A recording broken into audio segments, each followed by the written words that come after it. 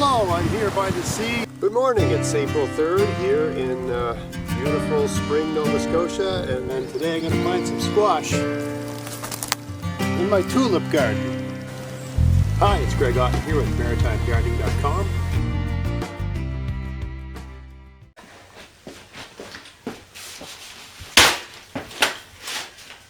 Hello there, it's very windy outside, so I thought I'd do this inside today.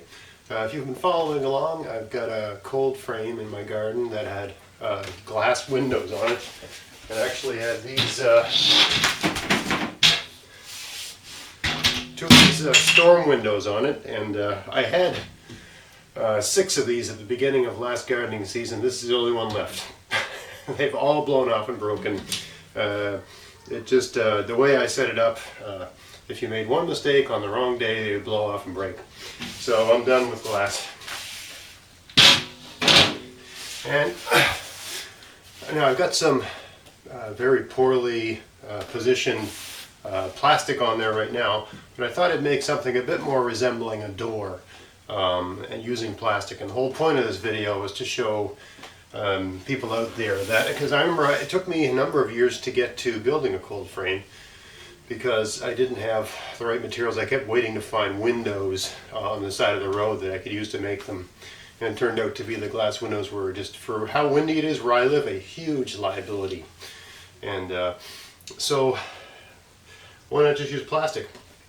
You know, it's a lot cheaper, it's easier to get. If you're gardening in a cold area, it's handy to have a number of different plastic implements in your garden anyway, so you're probably going to have some heavy plastic. And even if you don't, sometimes you can find plastic. This plastic here, heavy 6mm poly, so that's what they call it, 6mm poly. It's very strong. I found this in a ditch. I'm going to use this for my cold frame window because it's tough. It'll probably last 3 or 5 years, I don't know, before it breaks down from UV. So very inexpensive build here today. I'm going to use some junk plastic. It's a bit dirty, but I'll just clean it. I had to buy this because I need straight milled lumber, but this is 1x3 strapping, just spruce lumber. You can get it at a hardware store, probably the cheapest lumber you can buy. What do I got here? You're going to need a hammer. It's a dollar store hammer. You're going to need a drill. This is a nice drill, but you could use a screwdriver, I suppose, or a hammer and nails. And some old pieces of rubber or a staple gun. I've lost my staple gun. I don't know where it is, so I'm just going to use rubber to see what that comes in. You're going to need a saw. I thought I'd use my pruning saw to build this whole thing instead of something, you know, some high-tech tool. The idea behind this video, and a lot of my videos, is I'm presenting the information to a person who's a younger, less experienced version of myself. I'm making the videos I would have found useful 15, 20 years ago when I was starting out doing this stuff on a, you know, I've always had gardens, but when I started gardening on a real serious scale, I could have used a lot of this advice. And back then I didn't have a lot of gear, and I know a lot of you don't have a lot of gear. Some of you have everything in the world, but not everyone does. So, you know, if you're going to be a gardener, if you're going to have fruit trees or stuff like that, you're going to have to get yourself a good pruning saw anyway. So why not use the pruning saw to build the construction? This is a Silky Pocket Boy. It's about a $50 saw. It's not cheap, but they're extremely well made and they cut really well, and they're ideal for pruning. They have nice clean cuts when you prune. And I find it's very easy to make straight cuts with these, so I'm going to use it for all the cuts on this door. And of course I'm not a skilled carpenter or anything, so you know, however it works out, that's how it works out. So I've taken the measurements for the opening on my cold frame, and I need a window or a door, whatever you want to call that. That's 28 inches by 72 inches. It's 6 feet wide. It's 6 feet by 24, but because it's a slope, it's 28. So anyway, you need a saw, and you're going to need a cheap dollar store tape measure, a cheap dollar store square. And this is some other things that I need. One of my uncles was moving, and he just had a box of old nails stuff. Sometimes if you go to yard sales, you'll find containers of old stuff like this, or whatever the situation. And when someone's moving, and people never throw away odds and ends like this, and you can buy a box of stuff like this for like $1. My uncle just, for instance, gave me this stuff. Now, if you were to buy all the stuff in this box, it'd probably cost 50 or 60 bucks, but any one of these things isn't of any particular use, so it's just all junk if you're moving and you gotta get rid of stuff. But I noticed in this box there was some hinges, which I need for my window, and there's lots of nails and stuff like that in here too, so I'm going to try to use the nails in here, and there's a lot of old drywall screws. I'm going to use those in the construction. So yeah, have a watch and watch me piece this together using all this old junk. I think this would be fun. This is my kind of thing. I love saving money, and I love just seeing a solution in a pile of garbage, right? There's a whole bunch of odds and ends lying around. There's literally, I noticed this on the side of the road one day. I'm like, hey, I can see in my mind how to put this together, because I know I had these 4 pieces of wood. You're going to need 4 of these. So let's get started. The first thing we've got to do is cut our pieces and figure out that math. And of course, I'm figuring out this for what I need. I need something that's going to be 28 by 72. Alright, so let's get started here. Okay, so the overall length is 6 feet, 72 inches. So if you're in Europe, sorry, I'm using imperial because that's what I was raised using for stuff like this. Actually, I would say metric is probably easier because it's a base 10 numerical system. And despite the fact that Canada is a metric country officially, everything happens in imperial. Carpenters and so on are trained in imperial. It's kind of strange that it works that way.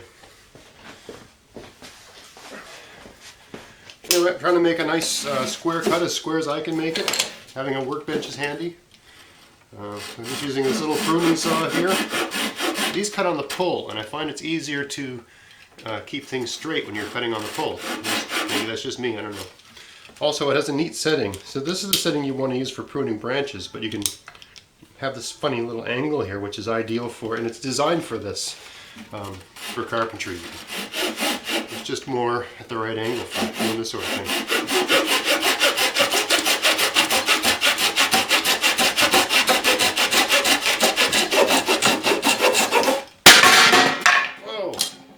That thing out of the way. Alright. There's one cut. Now we'll do the next piece.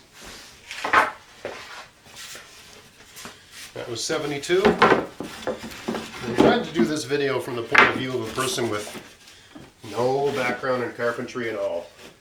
Just to give you the sense that if you want to, you can do this on your own.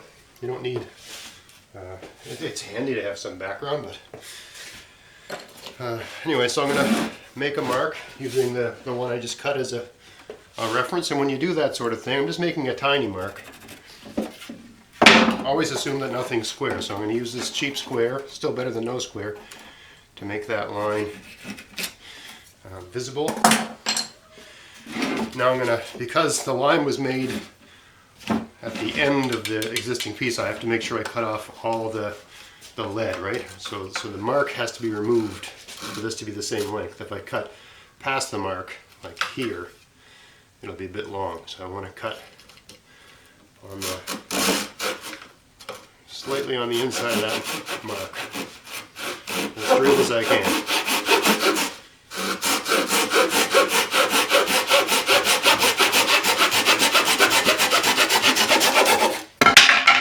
I'm always amazed when you watch people on YouTube when they're doing carpentry type stuff. They're always using hundreds of dollars worth of tools, and I mean, that's great, but for me to set up a chop saw to do this little tiny job just seems a bit overkill, given that it takes about 5 seconds to cut this with a saw.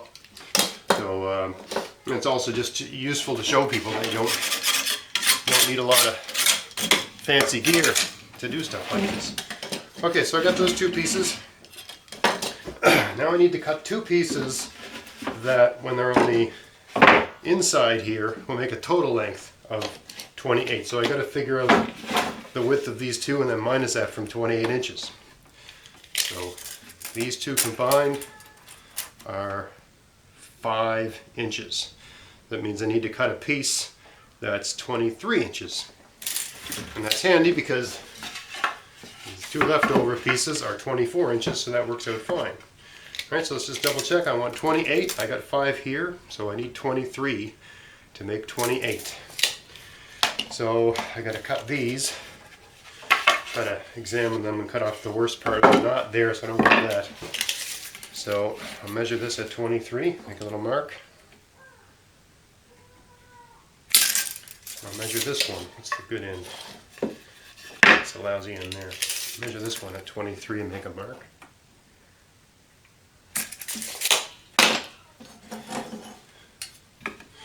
This pencil's not as sharp as I'd like. Sharpen this pencil using this is just a piece of sandpaper glued onto a flat piece of wood. You'd be surprised how handy that can be for lots of different things, sharpening tools, smoothing things off, and so on. Great pencil sharpener. Anyway, so make this square.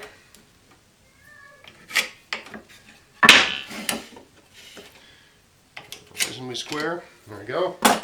Now cut these.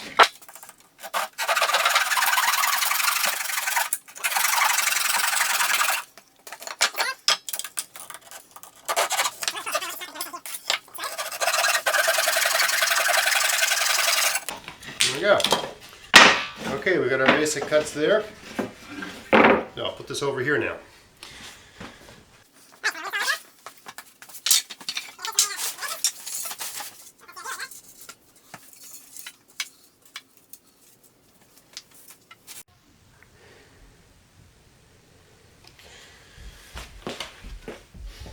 So I need two pieces that are 28 to go this way, right? But I think I can get that out of these because these will be shorter going this way. So let me just, for curiosity's sake, if I have two of these, or put it another way, you'll see what I mean as this goes together. If I have two pieces, right, I'm removing 5 inches from the overall length of one of these 8-foot pieces. So if I remove 5 inches from an 8-foot piece, put it another way. I'm going to have, it's going to be like this, and then I'm going to have a 28-inch piece going like this. And then I'm going to need one of these long pieces to fit like that. So these long pieces are 6 feet, 72 inches. But these other long pieces aren't going to need to be as long, right? They're going to be 72 minus 5, right? Because 2 of these make 5 inches.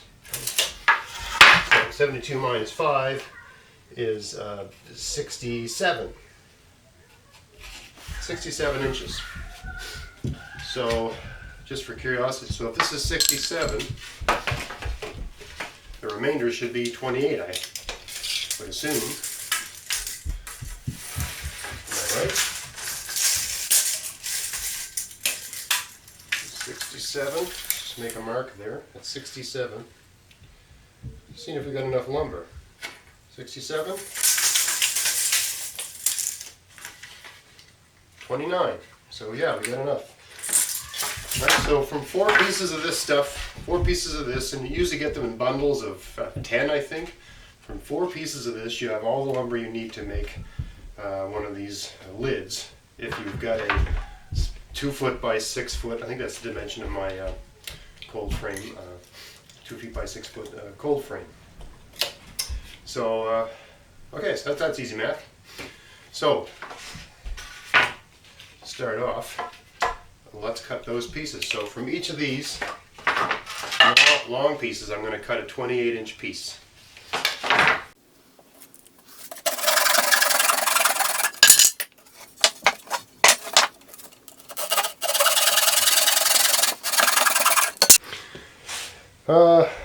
All right. So we're just going to tack these in place. Where's my drill? Over there. All right.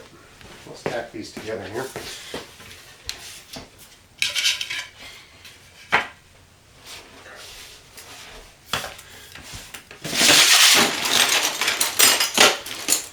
Alright,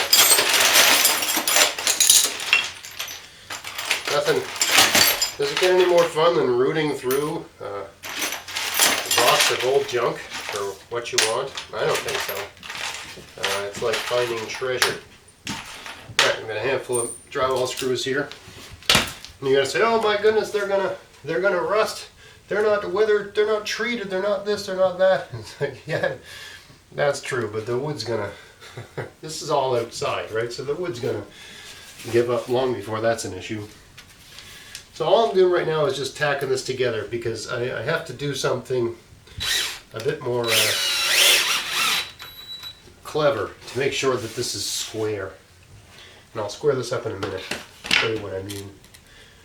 But for now, I'll just make it square to the eye. Good enough for now.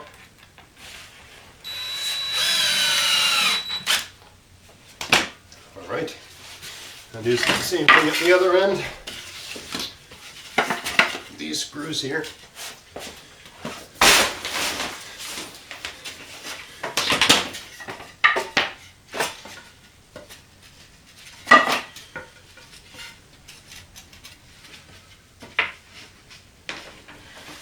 Alright, there we go. Close enough. Try to get that as clean as you can. But don't be overly concerned with perfection. I'm not designing a Borg cube here. We don't need perfection. We need functionality. And yes, pre-drilling this would be better. But that's not my style. I like everything to be quick and fast. Okay, so the next thing we need to do is make sure this is somewhat square. And I would predict that it is fairly square already. But anyway, just for the sake of being certain, let's just make sure. So, let me get my pencil.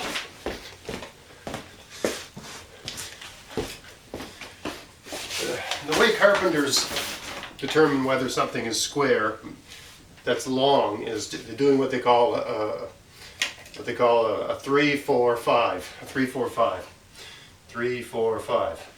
And that takes advantage of the Pythagorean theorem, the idea that the square of a hypotenuse is equal to the sum of the square of the other two sides. What the hell are you talking about, Greg? You don't need to understand any of that if you didn't take that math in school. All you need to know is that if I measure 3 units this way and 4 units this way, the diagonal should be 5 units, of whatever unit of measurement we're using. So let's say, and you can multiply that up too, so I don't want to use 3 inches because it would only take me to here. So let's say, what would that be? Let's do it in 5. So 3 times 5 is 15. I'll make a mark at 15 inches. 3 units of 5 is 15, and I'm going to do 4 units of 5 this way. 4 times 5 is 20. Make a mark on the outside edge. Now, for this to be square, this should be 5 units of 5. 5 times 5 is 25. So let's have a look here. Close, but it needs to come a bit this way. Very close.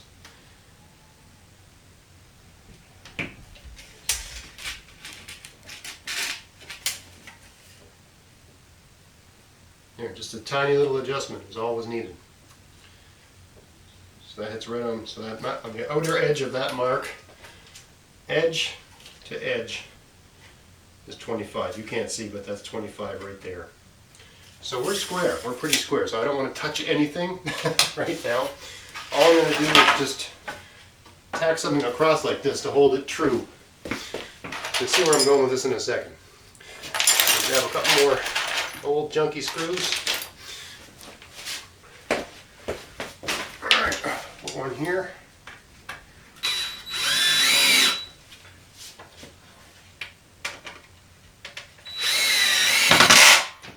Here. Now this won't go out of kilter, it's going to stay the way it is.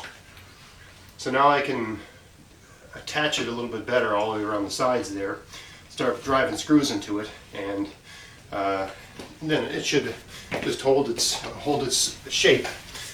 And if I'm moving it around and messing with it and stuff, it's not going to lose that orientation, right? Alright, so that's sorted a little bit better. Now I can drive some screws into this end because I know it's square, right? So I can get a little bit more committed here.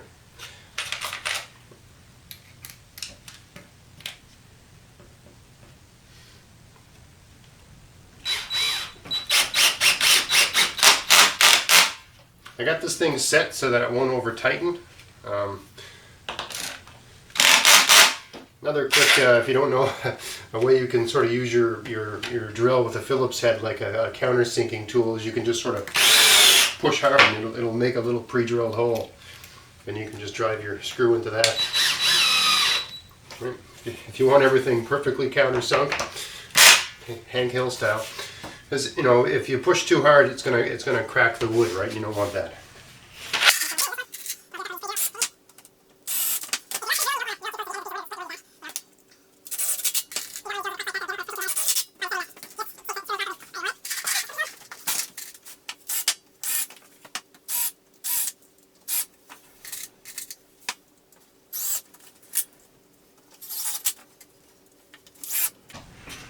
Okay, now we got those in. Now we can do this lengthwise piece. Let's figure out how long that needs to be. Once we got everything in place, 67 on the dot.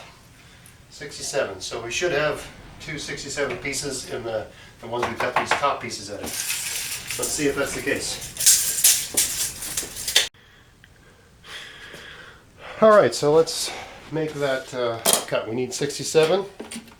Do we have it? Yes, we do. As we predicted, right? There's an inch left to play with here. So I'll make my mark at 67 on this one, and do the same to this guy. There's a weird-looking knot at the end of this piece, so I don't want that. So I'll cut it so that I can cut that off. You don't want any sort of knots and ends where you're fastening stuff because it'll split way easier. All right. Now we'll just make sure that's square.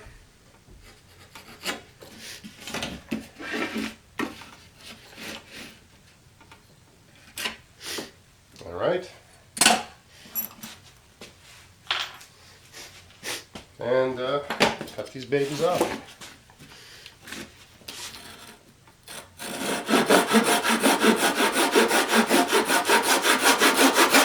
Don't push too hard when you're using one of these saws. You just let the saw do the work.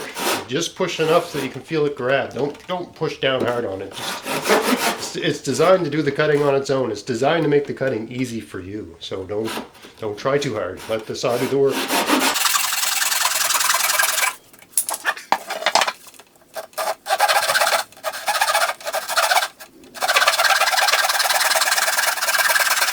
Done. I think that's all the cutting we need to do. Alright, we'll do this one first because we got this brace attached over here. So, this should fit just a little bit tight. And I don't want to force it too much. So I got this neat tool here. It's I can't remember what this is called.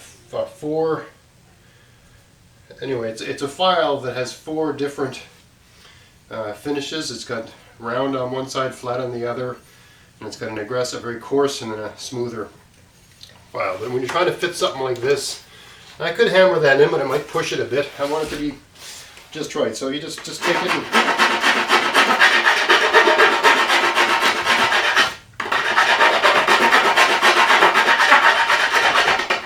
it's a great tool if your carpentry isn't very good, or your math is a little bit off. It's almost like a wood eraser. Just rubbing off a little bit of wood. Done. That's nice. That's a perfect cut. So it takes my imperfect cut and makes it a perfect cut. Let's pop this baby into place.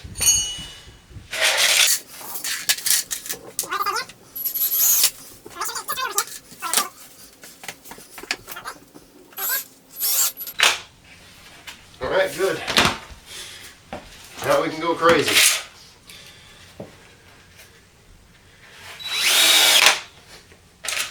So, I mean, a general rule, I just use like this, a screwdriver or a drill length per screw. That keeps things with uniform without being too obsessive compulsive.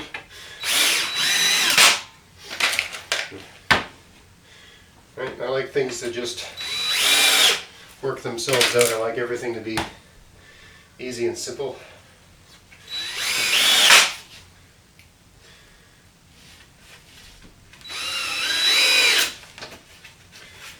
Okay, that's together. Okay, now we can do this other side. I'm relatively confident that we don't need this brace anymore. I think this is going to hold itself true because I'm not going to be putting it under any real stress. And the way we've screwed it together, it should hold together for the most part. I might put a couple braces on it when it's all together just to ensure that. But anyway, for now, we'll pop this thing off here. If you want to be really careful, you can just move it over and pop it back in. That will offer some, to still keep it some, at least part ways true. You got a crappy finish on the wood here. Put that on the inside, right? Because you want a nice, strong outside corner all the way around. Again, this is a little bit too tight here. Doesn't want to go. So I'll just take this off and use this tool to just for fine adjustments.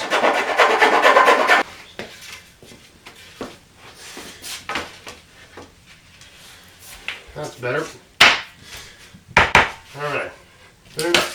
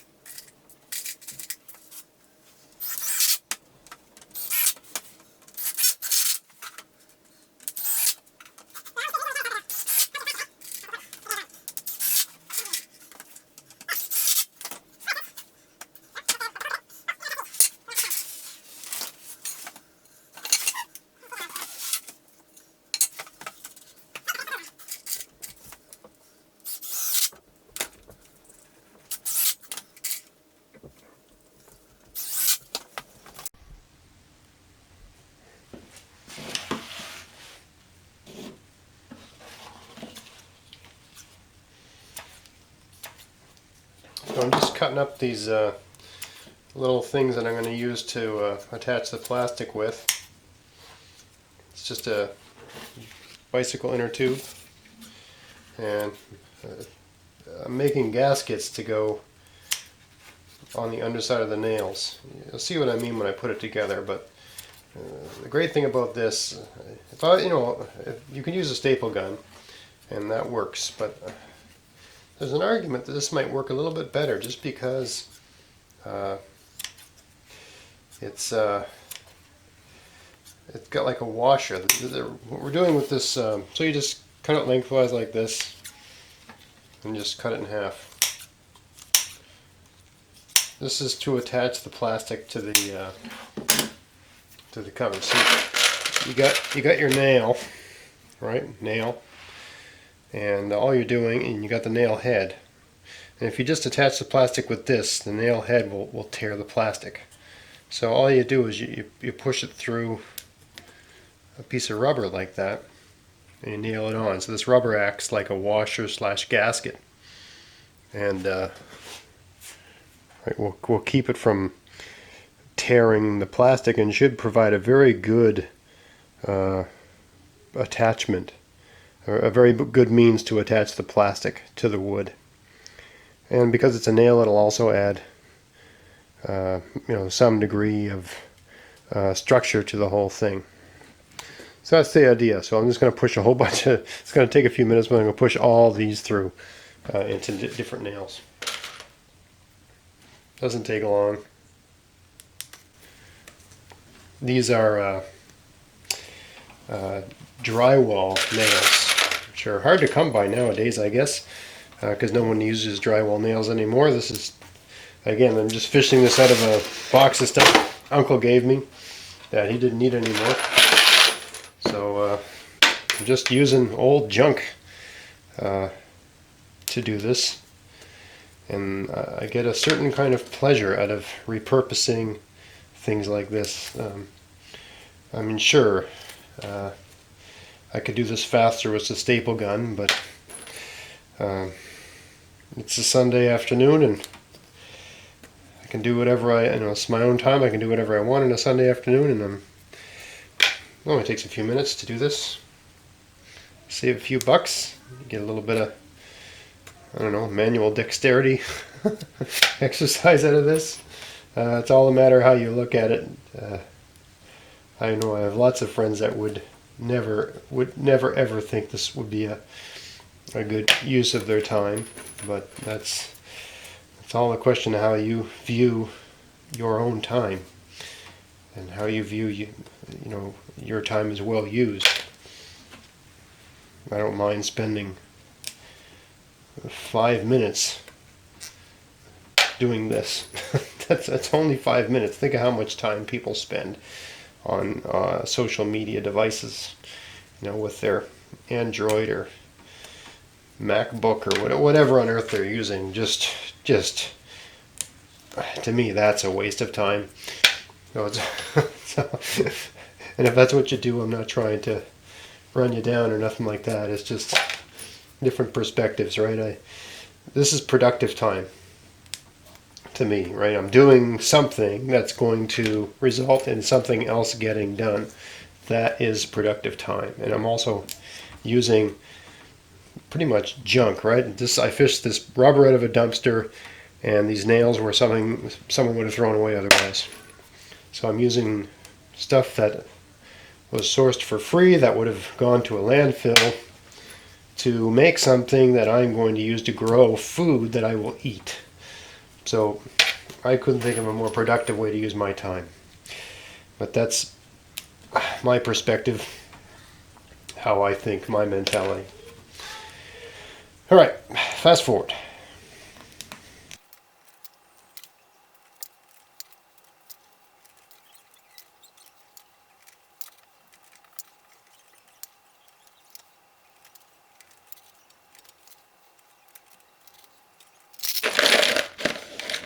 Done. All right, so when you're stretching plastic, you start at the middle. Sounds counterintuitive, but that's how you do it. So grab this and tack it down.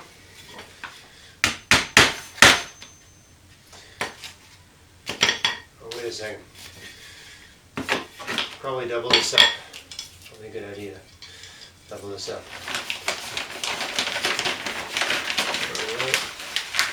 Roll it over like that. Double it up.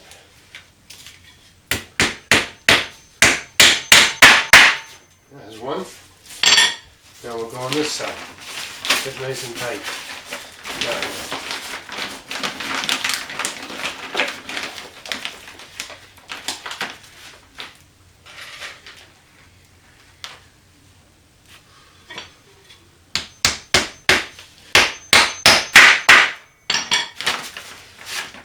I'm hoping this plastic will act like a gasket. We'll see how that goes.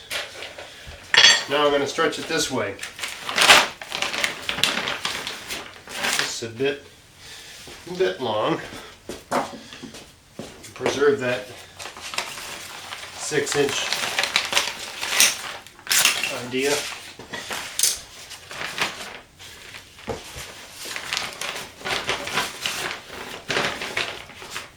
Alright, so we pull it this way nice and hard. Pull it over a couple times.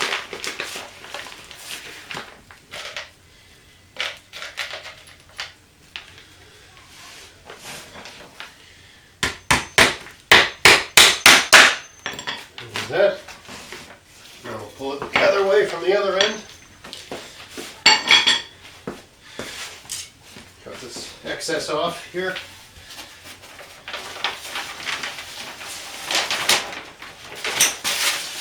Alright. Good idea. Go nice and tight.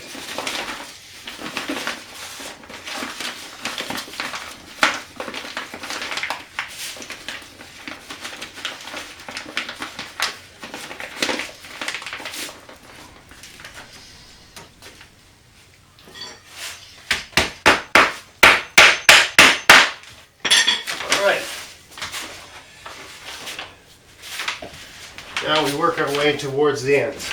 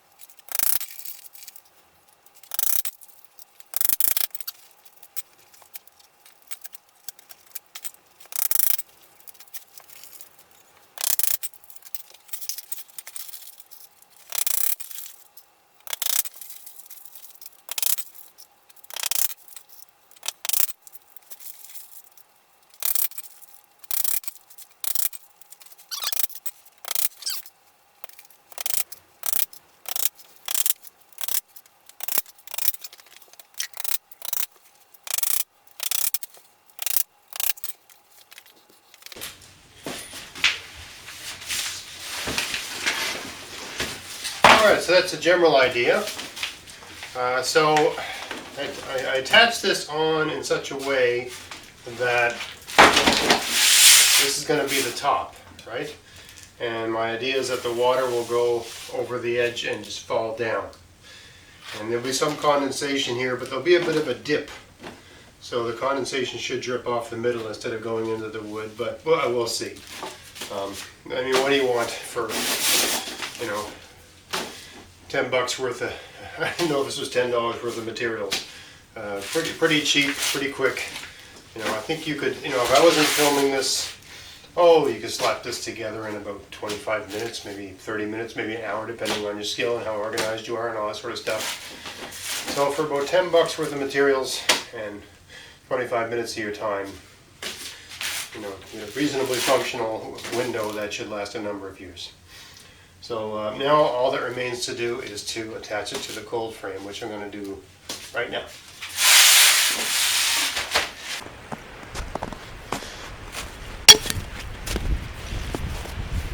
Alright, it's time to put this together. Sorry about the wind. Anyway, this is the general idea. We'll attach it here, like this. Put some screws here. Stick them with the drywall screws. This is what I got. And the price is right. Alright, so get this in the right position here.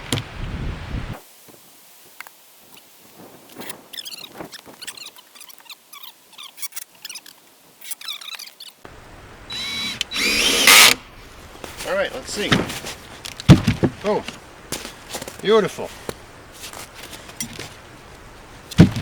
That's a lot nicer than what I had before, rolling this plastic up, and I think it's a better, generally speaking, a better seal. Pretty simple. Now we need a latch, some sort of latch on this thing. I got this, I don't know what this thing is, but it was just in that bucket of old junk, so I was thinking maybe this would work. No, I don't think so. I think it's the right design. Should have had it. Should have put that in the middle somehow. Is there any way to work that out? If I could flatten this, that would work, I suppose.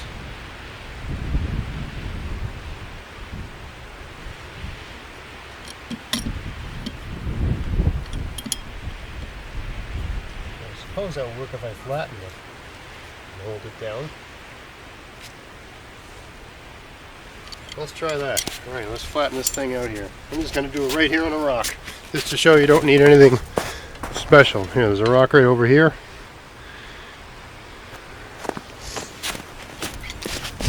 Just to show you don't need to be very high-tech to make this sort of thing happen. And if you're going out to the hardware store to buy stuff, buy something that fits and that works properly. But if you're doing stuff on the fly with just old junk, you don't need to be fancy. Flatten out. Here we go.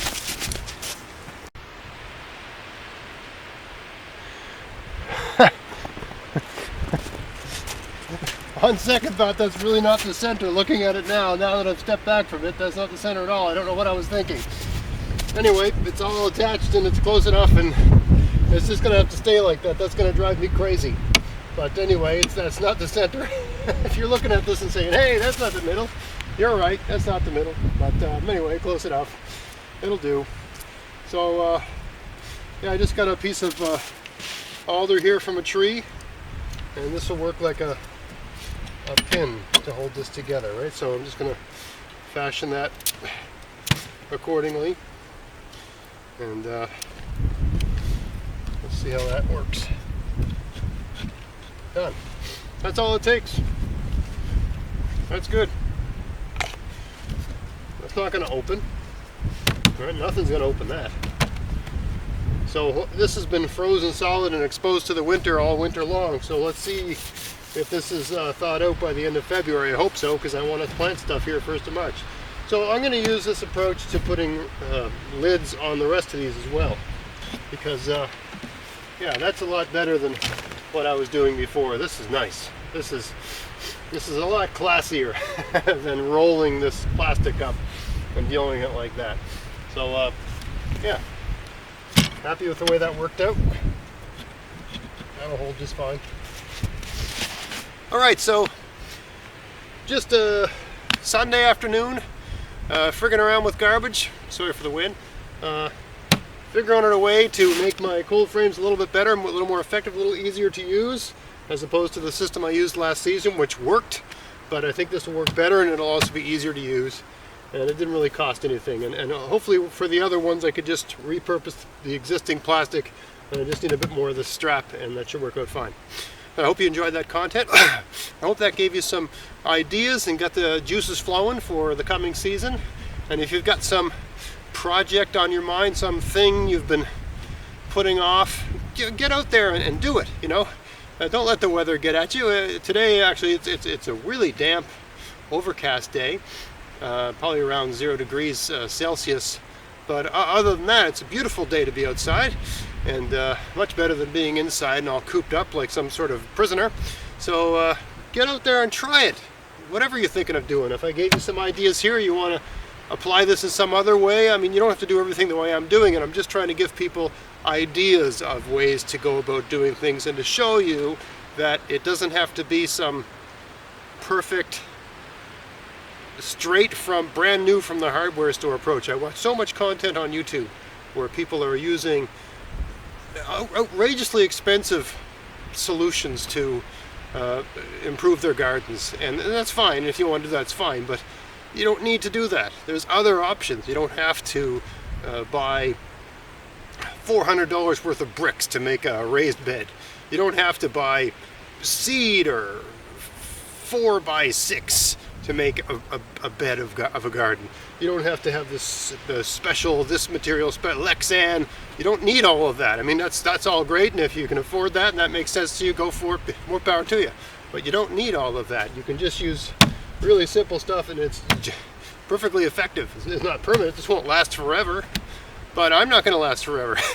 Right? So I'm not building the great pyramids of Giza here. I am not going to last forever. I don't need my garden to last forever. I need it to work, right? And there's a balance between economy, expediency, and aesthetics that everybody has to find their own preferred balance of all of those things. This is the way I work it all out. So I hope that was useful for you. I hope that gave you some ideas. And if you enjoyed the content, give us a like, share this on your social media, and check out my podcast, maritimegardening.com, where I talk and pontificate about this sort of stuff all the time. And until next time, get out there, get at it, have fun in your garden. Thanks for watching.